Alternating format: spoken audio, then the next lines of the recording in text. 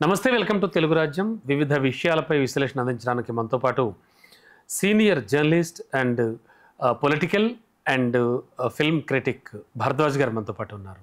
సార్తో మాట్లాడదాం. సార్ నమస్తే. నమస్తే సార్, ఉత్తరాంధ్రకి సంబంధించినంత వరకు కూడా వైసీపీ విషయంలో అసలు ఏం జరుగుతోంది అంటే, ముఖ్యంగా ఇన్ఛార్జీలను తరచూ మార్చడం.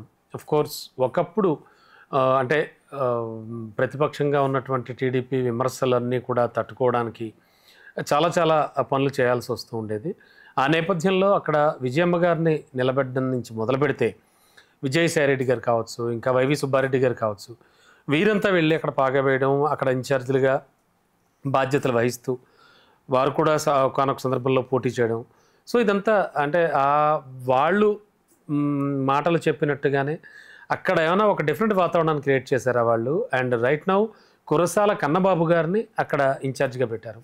మరి ఈ నేపథ్యంలో ఆయన నిర్వహించిన తొలి సమావేశానికే అక్కడ కీలక నేత అయినటువంటి బొత్స గారు డుమ్మాగొట్టారు.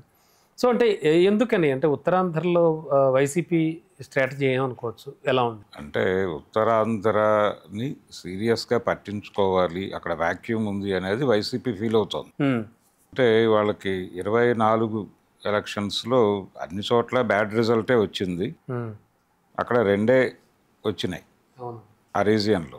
దాంతో ఎలా దీన్ని ట్యాకిల్ చేయాలి అనే ఉద్దేశంలో ఉండగా విజయసాయిరెడ్డి కొంత ఆ బాధ్యతలు చూస్తూ వచ్చాడు గత కొంతకాలంగా. పార్టీ ప్రారంభం నుంచి వైజాగ్ ఏరియాలో ఆయన కొంత దృష్టి పెట్టాడు. వైజాగ్ నుంచి ఉత్తరాంధ్ర అంతా శ్రీకాకుళం, ఒరిస్సా బార్డర్ వరకు తన రీజియన్ అనుకున్నట్టుగానే ఆయన వ్యవహరించాడు. కానీ ఇక్కడ పరిస్థితి ఏంటంటే జగన్మోహన్ రెడ్డి ఎవరికైనా ఒక ఫ్రీ హ్యాండ్ ఇచ్చినట్టు కనిపిస్తాడు, కానీ అలా ఉండదు సినిమా. ఓకే, ఇది విజయసాయిరెడ్డి ఇప్పుడు సీన్లో నుంచి తప్పుకున్నాడు. విజయసాయిరెడ్డి తప్పుకున్న తర్వాత ఏమిటి పరిస్థితి అనేది, దీంతో రకరకాల పేర్లు ముందుకు వచ్చినాయి. అంటే ఆ ప్రాంతం వాళ్ళు కాకుండా ఆల్రెడీ సక్సెస్ఫుల్గా తమ ఏరియాలో పార్టీ క్యాడర్ని తమతో నడిపించినటువంటి నాయకుల్ని కొంతమందిని అక్కడ పెట్టి ఏదో చేయాలి అనేది ఒక స్ట్రాటజీ అనుకున్నాడు. అనుకుని ఆ స్ట్రాటజీలో భాగంగా పేర్ని నానిని తీసుకెళ్ళాలి అనే ఐడియా కూడా చేశారు, ఆలోచన. పేర్ని నాని పేరు వచ్చింది.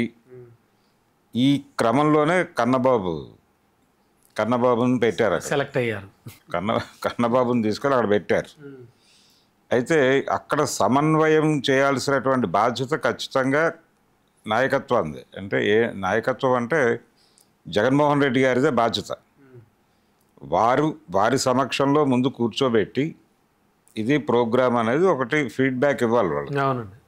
అలా కాకుండా నువ్వు వెళ్ళి ఆర్గనైజ్ చేసుకో అంటే ఇలాగే ఉంటుంది.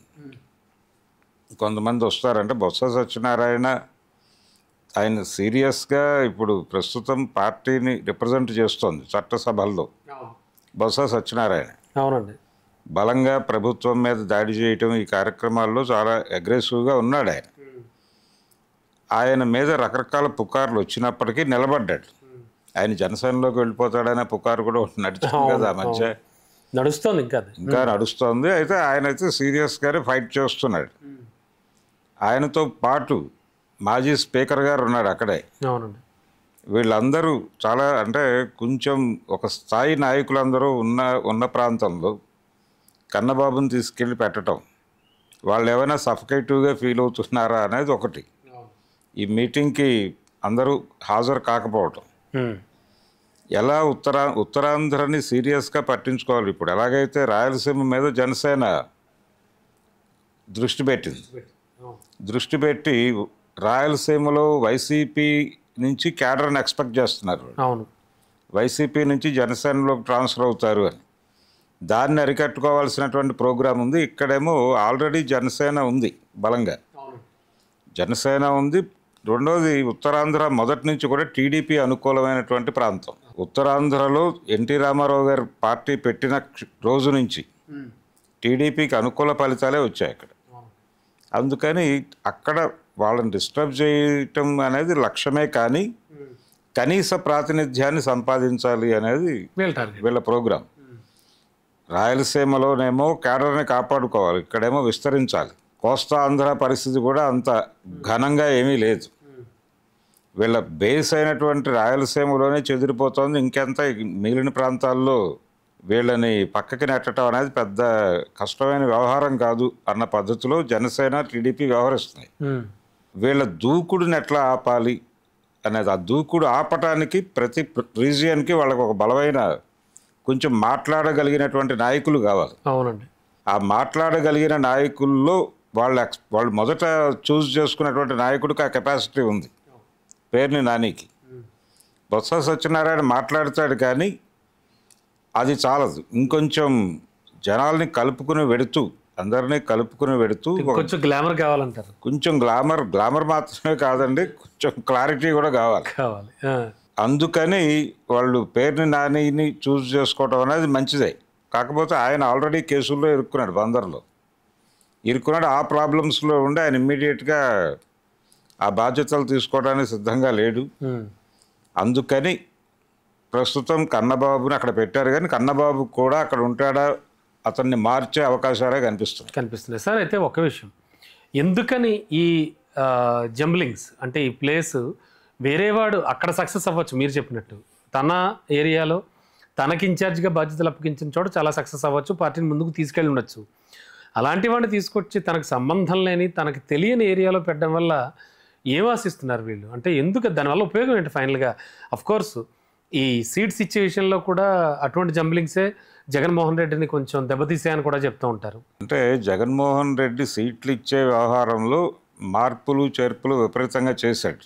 చేయటానికి రీజన్ ఏంటంటే ప్రతి చోట ఆ ఎమ్మెల్యే మీద ఉన్నటువంటి వ్యతిరేకతని దారి మళ్లించడం కోసం కొత్త అభ్యర్థుల్ని తీసుకొచ్చి ఆ స్ట్రాటజీ వర్కౌట్ అవుతుంది అనుకున్నాడు. అంటే తెలంగాణలో అప్పుడు అంతకు ముందు జరిగినటువంటి ఎన్నికల్లో బీఆర్ఎస్ ఎందుకు దెబ్బతింది అనేది ఒక స్టడీ చేశారు ఇట్లా. చాలా అంటే సిట్టింగులకే స్థానాలు అన్న పద్ధతిలో వ్యవహరించారు ఇట్లా. అది కొంత బ్యాడ్ రిజల్ట్ వచ్చింది అనేది విశ్లేషకులు ఆ రోజు అభిప్రాయపడినటువంటి విషయం. దాన్ని ఒక గుణపాఠంగా తీసుకుని ఈయన తన పద్ధతిలో మార్పులు చేర్పులు చేసుకుంటూ ఇంప్లిమెంట్ చేశాడు. చాలా చోట్ల అభ్యర్థుల్ని మార్చాడు. వ్యతిరేకత బలంగా ఉంది అన్న ప్రతి చోట అభ్యర్థిని మార్చాడు, కానీ ఆ వ్యూహం ఏమీ వర్కౌట్ అవ్వలేదు. అదేమీ మంచి రిజల్ట్ ఇవ్వలేదు. ఇప్పుడు అంటే జనరల్గా ప్రతి ప్రాంతానికి ఒక ఇన్ఛార్జిని ఎందుకు పెడతారు? ఆ ఇన్ఛార్జ్ అనేవాడు లోకల్ పీపుల్కి, లోకల్గా ఉండేటువంటి నాయకులకి ఎవరి వర్గం వాళ్ళకు ఉంటుంది. ఎవరి వర్గం వాళ్ళకు ఉన్నప్పుడు వీళ్ళు వాళ్ళని సమన్వయపరచడం అంటే వీళ్ళ నాయకత్వాన్ని వాళ్ళు అంగీకరించాలి ఖచ్చితంగా. మరి అందుకని ఆ ప్రాబ్లం లేకుండా బయట నుంచి ఒక నాయకుడిని ఇంపోజ్ చేస్తే ఇన్ఛార్జ్గా వీళ్ళందరితోనూ సమన్వయం చేయడానికి అవకాశం ఉంటుంది అతను అనేది ప్రోగ్రామ్. ఎక్కడైనా అదే జరుగుతుంది. అంటే లోకల్గా ఉండే సీనియర్ నేత కన్నా కూడా బయట నుంచి వచ్చిన వాడికి వాల్యూ ఎక్కువ ఉంటుంది అంటారా? వాల్యూ అంటే ఇతను అధిష్టానం పంపించినటువంటి వ్యక్తిగా చూస్తారు కాబట్టి ఇతనికి లోకల్ ప్రయారిటీస్ ఏమి ఉండవు. ఇప్పుడు పేర్ని నాని కావచ్చు, కురసాల కన్నబాబు కావచ్చు, మరొకళ్ళు కావచ్చు, ఈ బయట నుంచి వెళ్ళేటువంటి వ్యక్తులకి అక్కడ లోకల్ ప్రోగ్రామ్ ఏమి ఉండదు కాబట్టి వీళ్ళందరూ అతనితో సమన్వయంలోకి వస్తారు అనేది ఒక బిలీఫ్ అంతే. ఇది మొదటి నుంచి కాంగ్రెస్ పార్టీ రోజుల నుంచి నడుస్తున్నటువంటి పద్ధతి. ఆ పద్ధతిలో కొనసాగుతూనే జగన్మోహన్ రెడ్డి ఈ రకమైనటువంటి స్ట్రాటజీలు వేస్తున్నాడు. అయితే ప్రతి ఒక్కరితోనూ గుడ్ రిలేషన్స్ మెయింటైన్ చేస్తూ ప్రతి ఒక్కరిని తీసుకొచ్చి కూర్చోబెట్టి మాట్లాడి పార్టీ అభిప్రాయాన్ని వాళ్ళకి కన్వే చేయాలి. అవునండి. పార్టీ వ్యూహాన్ని వాళ్ళకి అర్థం చేయించి ఆ మేరకు వాళ్ళని డ్రైవ్ చేసి నడిపించాలి. అవునండి. దిశానిర్దేశం, ఆ దిశానిర్దేశం చేసేటువంటి కార్యక్రమం నిర్వహించడమే అతని బాధ్యత. అంతకుమించి లోకల్ ప్రయారిటీస్ ఏమి ఉండవు అతనికి. అందుకని బయట నుంచి ఎవరైనా తీసుకెళ్ళటం బెటర్ అనేది పార్టీలు అనుకుంటాయి, ఏ పార్టీ అయినా కానీ స్థానిక పరిస్థితుల మీద అవగాహన, గతంలో అక్కడ వాళ్ళకు వాళ్ళు తన్నుకు చచ్చిన సందర్భాలు, ఎవరికి ప్లస్గా మారతారు, ఏ ఏరియాలో ఎవరికి ఇలా, ఇవన్నీ కూడా ఆయనకు తెలిసి ఉండాలి కదా. మరి అంటే బాధ్యతలు అప్పచెప్పిన తర్వాత ఆ నదిలో పడి ఈజీ నేర్చుకోవటం. అంటే స్టడీ చేస్తాడు. వీళ్ళ దగ్గర ఆల్రెడీ కొంత రిపోర్ట్స్ ఉంటాయి, అవన్నీ ఇస్తారు. నాయకత్వం దగ్గర నాయకత్వం ఫీడ్బ్యాక్ ఉంటుంది, దాంతోపాటు అతని స్టడీ ఉంటుంది, అతని ఇన్పుట్స్ ఉంటాయి. అవునండి, అవును. అతను లోకల్గా కొంతమందిని తన వాళ్ళుగా మలుచుకుంటాడు. ఆ మలుచుకున్న వాళ్ళ నుంచి వచ్చేటువంటి ఫీడ్బ్యాక్ నుంచి తన విశ్లేషణ జోడించి వాళ్ళకి అందిస్తాడు. పాత పరిచయాలు ఉంటాయి. ఆల్రెడీ అందరూ ఒక పార్టీలో ఉన్న వాళ్ళే కాబట్టి సాధారణమైనటువంటి అవగాహన అయితే ఉంటుంది. ఈ సాధారణ అవగాహనని ఇంకొంచెం గ్రాస్ రూట్ లెవెల్కి తీసుకెళ్ళి డెవలప్ చేసుకుని ఒక నిర్ణయం తీసుకోవడానికి అవకాశం ఉంటుంది. Yes sir. అందుకని అంటే ప్రధానంగా ఇక్కడ గొడవ ఏంటంటే లోకల్ ప్రయారిటీస్ ఉండవని. ఎప్పుడైతే లోకల్ ప్రయారిటీస్ ఉంటాయో వీళ్ళని వాళ్ళు పట్టించుకుంటారు, పట్టించుకోకపోతూ ఉంటారు. వీళ్ళ నుంచి ప్రమాదం ఉంది మనకే అనుకునే అవకాశం కూడా ఉంది అవతల వాళ్ళు. అందుకని నలుగురు కలిసి కూర్చుని మాట్లాడుకోవటం అనేది కుదిరే పని కాదు. రెండోది పార్టీ ఇప్పుడు ఒక బయటకు చెప్పకోలేనటువంటి ఒక క్రైసిస్లో ఉంది వైసీపీ. ఈ క్రైసిస్లో ఉన్న టైంలో కోఆర్డినేషన్ కష్టం అవుతుంది.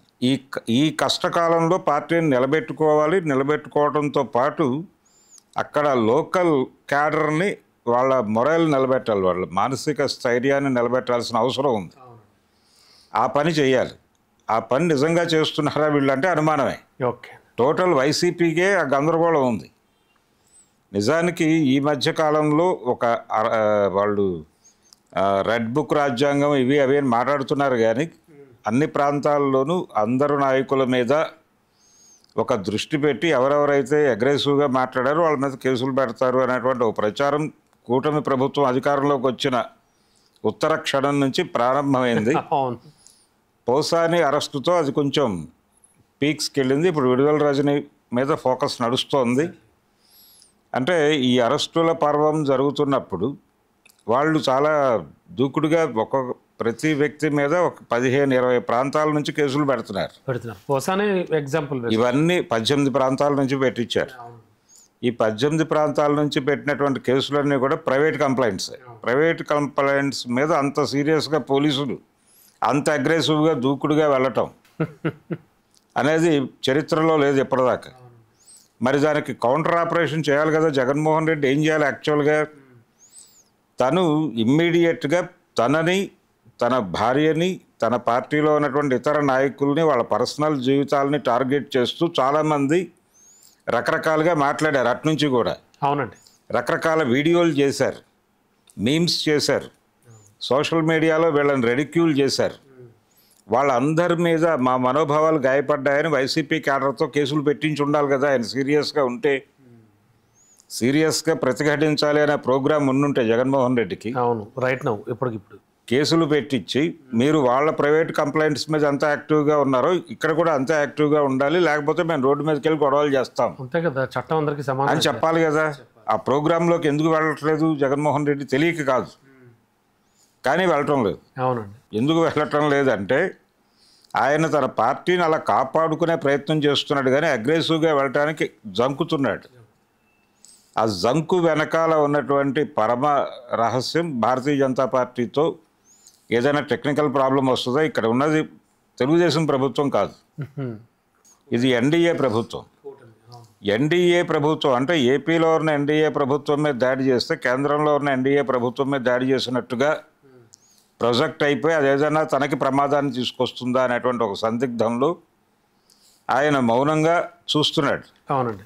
ఈ మౌనంగా చూస్తున్న టైంలోనే తెలుగుదేశం పార్టీ కూడా అంత దూకుడుగా వెళ్ళటం లేదు. పోసాని కృష్ణమురళి లాంటి వాళ్ళని మీద హడావిడి చేశారు తప్ప అదే ఇతర ఇప్పుడు క్యాడర్ నుంచి ఆ గొడవ ఉంది టీడీపీలో. ఎందుకు మీరు ఇంత తాత్సారం చేస్తున్నారు, తొందరగా అరెస్టులు చేసేయడం గొడవ చేస్తున్నారు మైకుల ముందుకు వచ్చి, కానీ దూకుడు ప్రదర్శించట్లేదు. సో అలా ఉంది, ఒక చిన్న సందిగ్ధావస్థ, సందిగ్ధ మేఘాలు అలముకుని ఉన్నాయి అక్కడ. కానీ జగన్మోహన్ రెడ్డి ముందు ఉన్నటువంటి ప్రధానమైన కార్యక్రమం కనీసం గ్రాస్ రూట్ లెవెల్లో ఉన్నటువంటి క్యాడర్ని కాపాడుకోవాలి, పార్టీ నిర్మాణాన్ని కాపాడుకోవాలి, అంతే, అంతకుమించి ప్రయారిటీస్ ఏం లేవు. ఆ ప్రయారిటీస్ సాధించగలడు అని అనుకుంటున్నారు కన్నబాబు మీద. అందుకని ఉత్తరాంధ్రలో పెట్టారు. బొత్స సత్యనారాయణ కూడా దీన్ని సీరియస్గా పట్టించుకోవడం లేదు. అంటే నేను ఎలాగూ అధిష్టానంతో ఉన్నాను, ఉంటానేమో తెలియదు, ఆయన కూడా కన్ఫ్యూజన్గానే ఉన్నాడు. అవును బొత్స. అందుకని తను తన మీద డౌట్స్ వస్తే రానివ్వండి బయట అనే ఉద్దేశంతోనే ఆయన కాన్షియస్గానే గైర్హాజరు అయ్యాడు. ఇప్పుడు కన్నబాబు బాధ్యత అక్కడ క్యాడర్ని కాపాడుకోవటం, అంతే కదండి. క్యాడర్ని కాపాడుకోవటం అనే బాధ్యత కన్నబాబుది కాబట్టి అది అతని పని, నాకేం సంబంధం అన్నట్టుగా వ్యవహరిస్తున్నాడే. కానీ ఆయన ఇన్వాల్వ్మెంట్ కూడా కావాలి. ఈ నిర్మాణాన్ని కాపాడుకోగలిగితేనే అతనికి అక్కడ ఉనికి ఉంటుంది. ఎక్కడ అతని పార్టీని అతన్ని ఎందుకు లైవ్లో ఉంచుతున్నారు భారతీయ జనతా పార్టీ వారు అనగా చంద్రబాబు అనేటువంటి పేపర్ ఎగరకుండా పేపర్ వెయిట్గా ఈయన ఉండాలి.